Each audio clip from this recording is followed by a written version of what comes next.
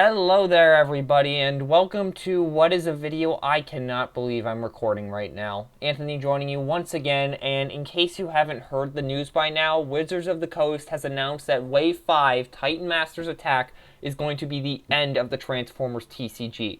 To say that I'm in shock at this is an understatement the size of Metroplex, as there were pretty solid hints a few months ago that there was going to be a Wave 6 and beyond, and I was more than ready to keep going, as this was one of my personal favorite games I've ever delved into, and was the only game where I felt I had a solid understanding of the competitive metagame, to the point where I was ready to get competitive analysis videos going here regularly. Heck, I even had audio recorded for a July 2020 meta update, and I was ready to edit it finally. But alas, a combination of factors, including the pandemic, have caused this game to end, and it's a shame I won't have new stuff for this game to talk about, since the few Transformers videos I've done have been some of the best performing videos I've put out in this channel's short existence. Despite all this, I think it's a good idea to send the game off properly by looking at the best of the best from both the battle cards and the characters across the game's short lifespan of 5 sets. Now, this video will focus specifically on the battle cards, as well as any stratagems I find good, since I don't know where else to put them. And there will be another video on Saturday that focuses on the characters, and I'll have a link to that in the description once it goes live. As for how these battle cards and stratagems are going to be ranked, I'll be looking at them based on how much power they could add to multiple different decks. Some cards like Static Laser of Ironhide do provide a lot of power, but there were really only a few characters that could benefit from it, such as all 3 Ironhide variants and Ransack in the case of Static Laser, making it less powerful in some decks compared to others.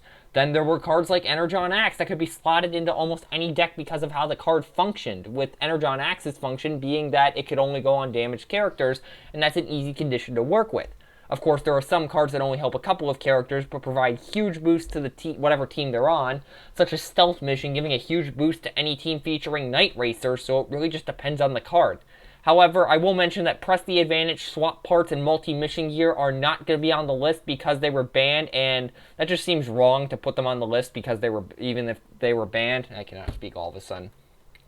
Anyways, the only thing left to say is that while I did try to look at this as objectively as possible, at the end of the day, some of my opinion might have slipped in here, so feel free to disagree with me or anyone in the comments. As long as you're not directly attacking anyone else, let's not get into that. We already got enough shit going on in this world.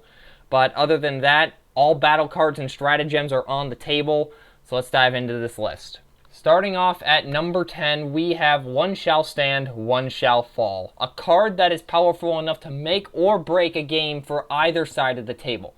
Now let's make this clear.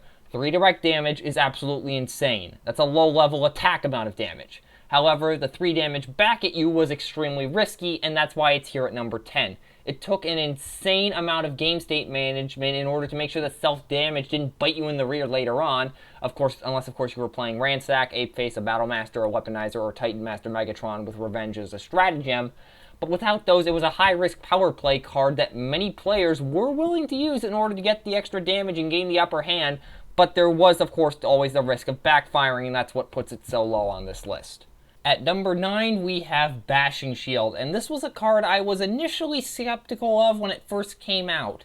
For starters, an orange icon on an armor was usually a deterrent for use, and while it was easy to get out with its green icon, the +1 defense and the ability to scrap an armor seemed lackluster. However, we all quickly learned that it was an invaluable asset in offensive decks, since it both provided a slight defensive boost, while also being able to get rid of any armors your opponent might have, so you could ensure you could put on as much hurt as possible. Now, the reason I'm putting it at 9 is because most decks only ran 1 copy, and while it was in the main deck, a card being ran as a one-of usually signifies it's an insurance piece and not something the deck is using on a regular basis, but despite that, its impact in the game was still notable.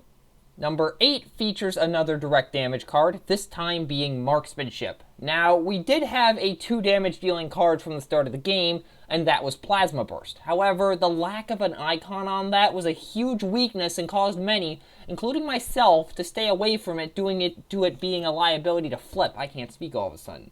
Then in Wave 2, Marksmanship came along, and while the icon wasn't always helpful being blue, the fact that it dealt 2 damage and had an icon was great. And while it did require you to have both a ranged character on the battlefield and do the damage to a character in bot mode, the latter requirement was actually a decent way to stop your opponent from flipping, since they didn't want to take the damage unless they had to, and the former condition isn't that big of a deal as one would think, as roughly 43% of all modes in the game are ranged, meaning the odds are you have a ranged character on your team. And this is something the game overall did well. There were plenty of cards that had some sort of restriction, but they were not only not too complex to jump through, but also allowed for some great mind games with your opponent, and Marksmanship was one of the pinnacles of that idea. Number 7 is probably the best armor the game saw, extra padding. Now, we did see a tough 3 on other cards like body armor and evasive maneuvers, but those cards had a shortcoming that sometimes caused too many issues. Extra padding, on the other hand, was a universal tough 3 that you could keep on for a while if you got all the pieces. And while it might have seemed annoying to get all 3, even with the green icon, there was one more bonus to doing this. It couldn't be shot off with a single card like Vaporize. Each card was considered a separate upgrade, so unless your opponent used something like Disarm, you would still have some defense until you could recover your other piece or pieces. Now, the downside is that you were sometimes forced to play a single copy at an unfavorable time, but even then, some armor is better than no armor, and that's what puts it at number 7. Number 6 is one of the most unique weapons the game saw, mounted missiles. Now, on the surface, a +2 attack bonus isn't too special, as we saw with cards like Primary Laser and the melee part of Sturdy Javelin. However, what makes mounted missiles special is that it has the ability to go into any upgrade slot, meaning you have room for another weapon of your choice. On top of that, if you're playing an orange heavy deck that doesn't run armor, you could use this to fill the slot since there's nothing else it would be used for, and the same thing could apply if you didn't have utilities for some reason. Regardless of which slot you put it in, this was definitely an interesting concept, and there's really not much else to say about why it's so freaking good, because that's pretty much all you can say about it. At number 5, we have one of only 2 wave 5 cards on here, Belligerence. This card probably had the single most powerful effect of any card in the game, and it's not only effective in one way. On its own, it seems like a simple effect. Both players turn blue icons into orange for the turn. However, this can cause 2 things to happen. First, if you ran an orange heavy offensive deck, you could use this if you went up against a blue heavy deck to completely shut down their defense for a turn while ensuring that any blue icons you might have in the deck that you have from something like Energon Axe could help you out. Alternatively, if you were using a blue heavy deck, you might have teched this in so you could turn your usually defensive deck into a straight offensive one for a turn to push damage through when you needed it most. Now, of course, the weakness here is that it's only for one turn, and since it's an orange icon action, there would be a chance your opponent had Infiltrate to shut it down, but its power was more than enough to stick it on this list. At number 4, we have one of the most straightforward cards on this list with Hidden Fortification. Now, like extra padding, this card gave tough 3, and both cards are great because of that. And I won't go into why that's so good again since we've already touched on that. However, what makes Hidden Fortification better is that it's a secret action, meaning your opponent can't do anything about it when you play it down, and heck, they might not even know what it is if you play other secret actions. And while this is just for one turn, the things I mentioned before are why I put it here, albeit it's one turn only thing just keeps it out of the top 3. Now, before we get into the top 3, I do want to take a quick moment to mention 2 stratagems that I feel aren't top 10 cards of this game, but they have seen a decent amount of play in the limited time between Wave 5's release and the unfortunate cancellation announcement. Those being Villainous Spotlight and Stealth Mission. Both allowed you to put extra star cards in your deck, and all things considered, they were the best of the 4 stratagems that did this, with Stealth Mission allowing you to essentially take 2 free copies of Even the Score, a card I almost put on this list but didn't because it only works with Decepticons. As for Villainous Spotlight, it also allows you to take free copies of Even the Score, but it was primarily used for mounted missiles, a card we've already established as one of the best in the game. And let's face it, star cards had a cost for a reason, so having a pair of cards to circumvent the cost with some of the most powerful cards in the game makes these stratagems the clear best the game had, even though only one set, the last set, saw this mechanic. Moving back to the main battle card list, we have a card that I thought it would be hit or miss when it was first revealed in Sabotaged Armaments at number 3. Admittedly, I thought it would only be good to shut down Predaking decks since they naturally want a ton of weapons. However, once Siege 2 hit, we all quickly realized that even just discarding a single weapon off of this was great, and that it essentially caused your opponent to waste a turn when it came to upgrades. The best part, unless they had spare parts on the character with the weapon being scrapped, there was nothing they could do. Now, the reason I have it at 3 is because while it's mostly effective every time you use it, there is the slight chance your opponent doesn't have any weapons.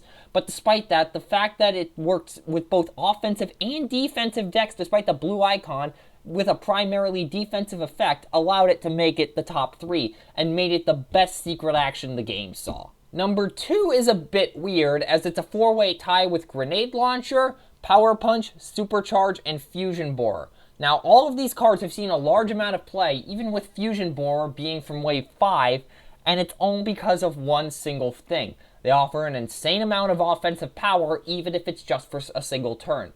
I won't go into too much detail, but each offered their own benefit. Grenade Launcher has the most attack you could get on a weapon, and the second highest attack boost on any battle card after Last Stand's +5.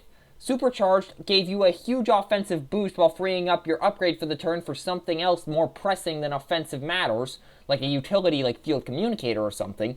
Power Punch offered the exact opposite, so meaning you had an upgrade that gave you that bold 3 and then you could use your action for something more pressing.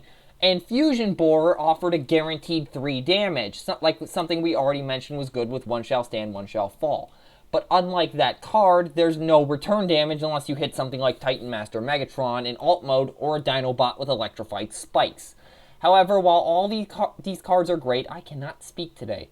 Their downfall was, as I mentioned, being one turn only unless you used backup bags with the upgrades of this group, which most people didn't, and that's why they stay out of the number 1 slot, which that honor goes to Energon Axe. Across the entirety of the game, we saw a decent amount of cards that gave a +3 attack bonus with some sort of weird downside, such as Static Laser doing 2 damage to the user if they weren't Ironhide, or Disruptor Blade getting scrapped unless you flipped a black icon. Now, Energon Axe did have a downside, being that you could only attach it to a character if it had damage, but considering that unless you were playing a straight blue deck and got insanely lucky when it came to both yours and your opponent's flips, you were going to be taking damage at some point. As such, the card basically said, if you play the game normally, you can play this card. And to make things just a bit better, the Pierce 2 was a nice bonus, despite it not always being needed. And while the blue icon was annoying at times, there was no denying the power that this card offered, with a simple condition to work around, making it the best battle card the game ever saw.